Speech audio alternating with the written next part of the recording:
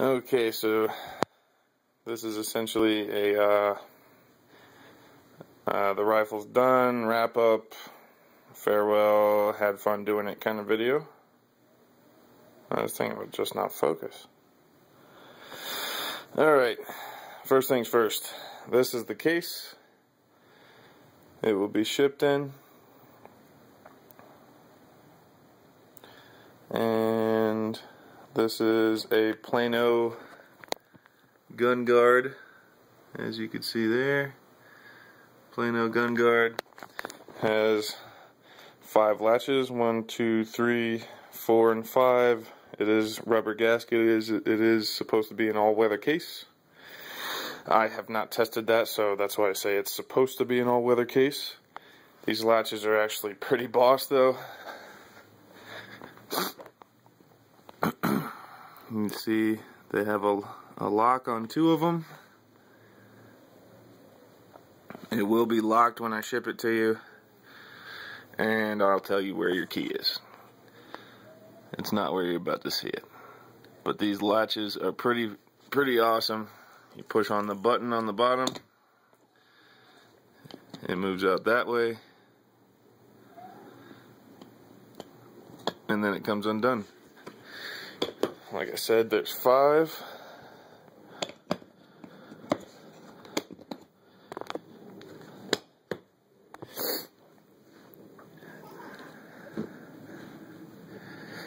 And there's your rifle. There's my midget yelling for me, so I gotta hurry up and knock this video out. Here's your keys.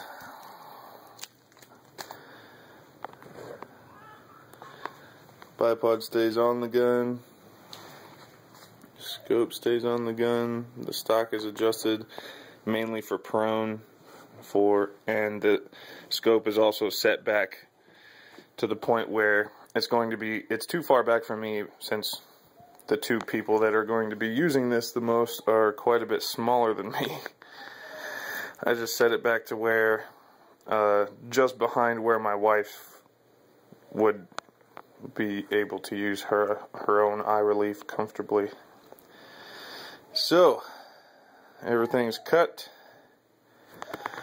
Whole bunch of padding, really thick egg crate padding.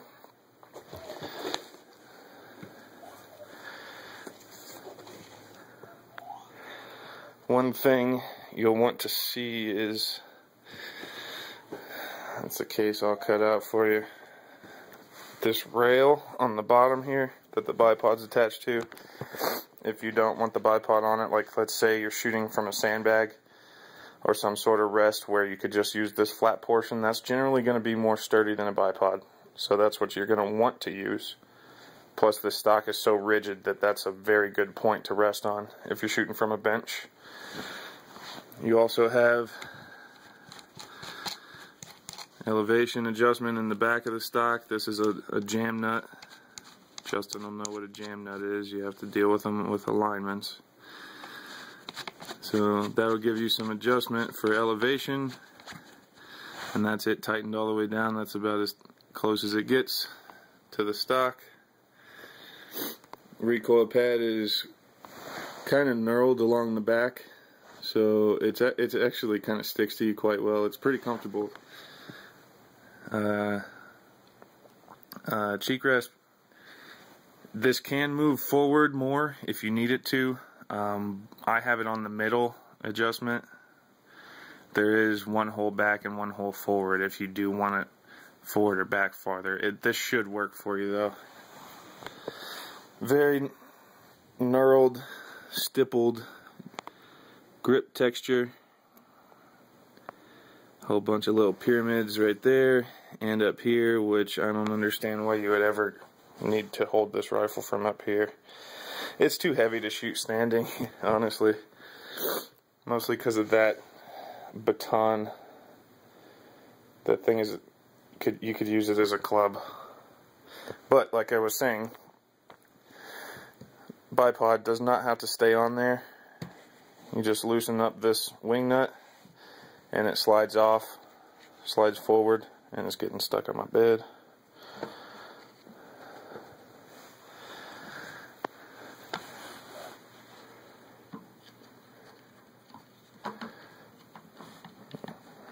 I can't do this one-handed. Either way, it's on a rail. You see right there. This rail will allow that insert that this is attached to slide right out of that T-rail. You can see it's kind of moving, but I only have one hand because I'm filming, so you'll see what I'm talking about when it's in your hand. You can just pretty much just grab this and slide it right off if you don't want the bipod on there. Like I said in the last video, it'll pretty much be zeroed for you. It should be very close to being zeroed at least. If you do have to adjust it, these are what you do it with. These two turrets right here. I'll just take one off so you'll see what I'm talking about.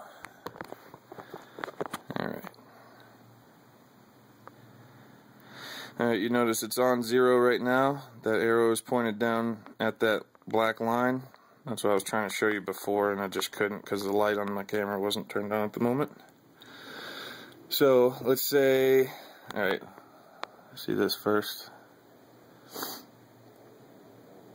If it'll focus. Obviously, you turn left for up and right for down as it's indicated.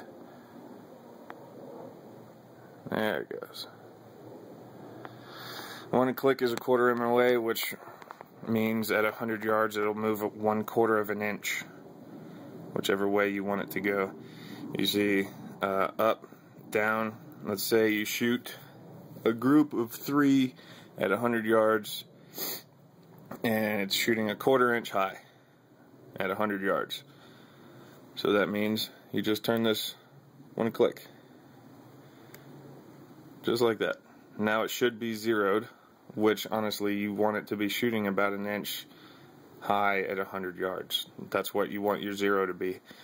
If you're aiming perfectly in the middle of the bullseye, you want the bullet to hit 1 inch higher above what you're aiming at 100 yards. That's the idea. Now let's say this is your 0 now. So what you do, if it'll stay focused, let's say it's shooting 100 yards, 1 inch high. You just lift up on this turret and line that 0 back up. Now, I think it'll be very close to 0 right there. So that's where I'm going to be shipping it to you. Windage should not change. You should not have to move this. This one you probably will have to. Like I said, every click is 1/4 of an inch at 100 yards, and your 0 needs to be about 1 inch high at 100 yards. That would be perfect. At 200, you should be pretty much dead on, which honestly, right now, as it's sitting, it should be on paper already for you at least. Windage should be perfect, and elevation will be the only thing you'll need to touch, like I said. And then once you're done, just put your cap back on. And as you can see, there's plenty of knurling on that. Let me get rid of these scope caps.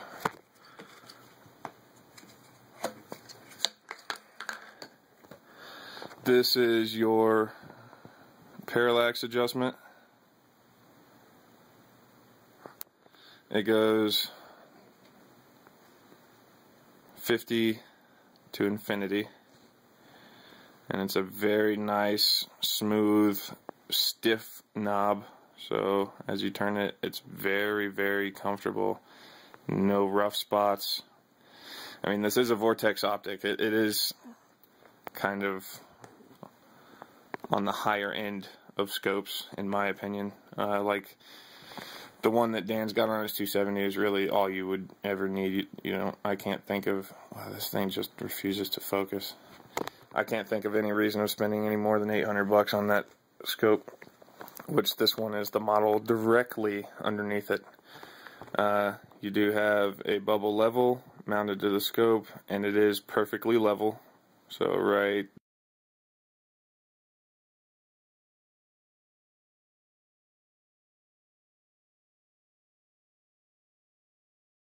you have have your magnification, 6.5 to 20, with this really cool little rat tail thing sticking off the back of it. So since it's only 180 degrees of rotation, you could just feel it. You don't even have to take your eye out of the optic. That's starting to piss me off, not focusing. You don't even need to take your eye out of the scope to know where you are in your magnification range. Which this is not a front focal plane, so really every time you're shooting, that's where you're going to be. Zoom out to find your target, and then zoom right back in, and your zero will stay pretty much perfect. As far as the reticle goes, I will try to get you a picture of it. There we go. The light on the camera is making it light up like that. It doesn't actually look like that when you look at it. It's black. So as you can see, there's 2 dots for windage and 1, 2, 3, 4 for elevation. And that reticle is outstanding. I love it. There's a picture through the scope with the parallax not adjusted, so that reticle is not very clear like it usually would be. As you can see, all your controls stayed black. Your safety, your bolt handle, trigger, they all stayed factory color. These are some of the character marks I was talking about with using paint instead of like Cerakote or something, which, like I've said in many videos, I kind of like that. This is from ejecting brass. You will get more of those along the entire gun. It is cured to the point where it's very hard and not tacky anymore. The paint is, which usually takes about a week. I mean, you can touch it in like 15 minutes, but for it to cure and get hard takes about a week without being in any kind of heat. So the whole gun is painted very, very evenly. I did add gray and black to the colors you asked for just to break it up a little bit more. I hate purple, like I've said many times, but I think this actually turned out quite well.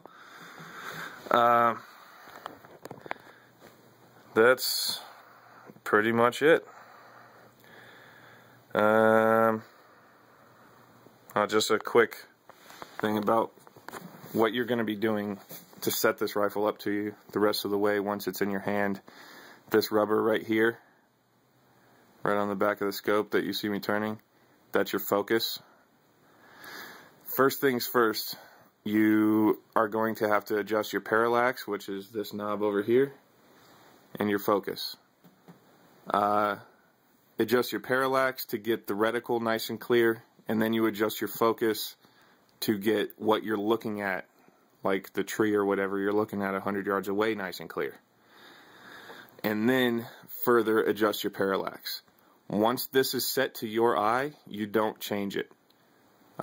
Since there's going to be more than one person shooting this rifle, I'm talking about Justin and Justin's girlfriend, what I would suggest is you get like a paint pen, and you could just make a mark in one color, what focus works best for you, adjust it to the other eye, and then make another mark in a different color across both of them, so you can just line your marks up every time you change shooters, and then it'll be more consistent for you.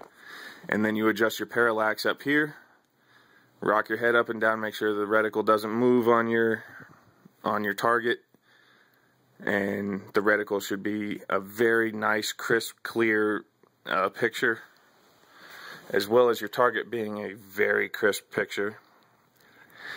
And let her rip. I know you don't have much experience with any kind of long-range precision, so really the one thing you have to constantly think of, do not let it leave your mind the entire time you're operating this rifle, is trigger control. This trigger is very light. I have it turned down very low. It's pulling at around 3.5 or 4 pounds. I would say closer to 3.5, honestly. That was a text message, sorry. I am filming this with my phone. But you aim, you get your crosshairs exactly where you want them, and then you pull this trigger, or do not pull the trigger is what I was meaning to say. You squeeze it very slowly and very softly, and the gun should go off and surprise you. That is the best way to describe it, without having you in front of me to actually give you pointers. Very slow, gentle squeeze without moving the gun, and then it'll just randomly go off. That is perfect. Do not yank the trigger. Do not jerk the trigger. Very slow movement rearward, and then all of a sudden you'll hear a bang and feel a little bit of recoil. As you saw with my last video that I showed me shooting this, the gun does not kick at all. It feels like shooting, well, like an AR. It feels like shooting an AR, 223 caliber. It does not kick. It's amazing how soft the recoil is on this. The actuation on this bolt is just ridiculous smooth considering it's not broken in. It only has 30 rounds through the gun total. So, I mean, this bolt has not been actuated a lot. And it's not my gun. I didn't sit there and tinker with it, aside from assembling it and just making sure it's correct. So, the more you work this bolt, the smoother it's going to get. It is actually just crazy smooth because I do have Militech on here. That's what all that shiny stuff is. Militech grease. Very thin coat. And this bolt is just nuts smooth. I mean, for not being broken in, it's just ridiculous. Quite impressive. Another thing you might ask me about is the silver thing on the back of the bolt right here. That is what shows if the gun is cocked or not. If it's cocked, it'll stick out slightly past the black part, like you see there. And this thing is really starting to aggravate me.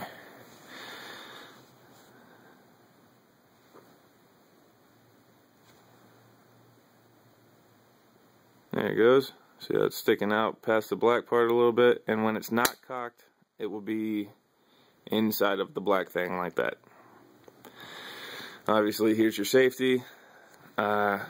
If the gun's not cocked, then the safety doesn't move. With it cocked like this, there's safe.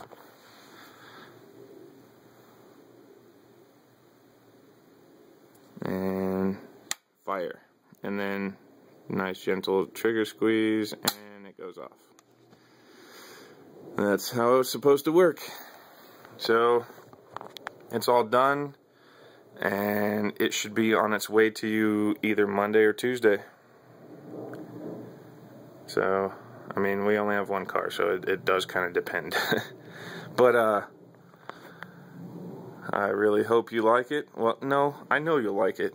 There's something wrong with you if this thing doesn't perform for you. You need to practice. That's what it boils down to. This gun is super capable. So whatever you do, this will make you look good. Aside from the color. Alright, hope you enjoy it. See ya. I almost forgot to mention this. Somewhat important. Because this case is, like I said, supposed to be watertight and airtight. Obviously, you're looking at the top of the case right now. So when you get it, first thing you need to do is flip it over and find this guy. This says pressure control valve.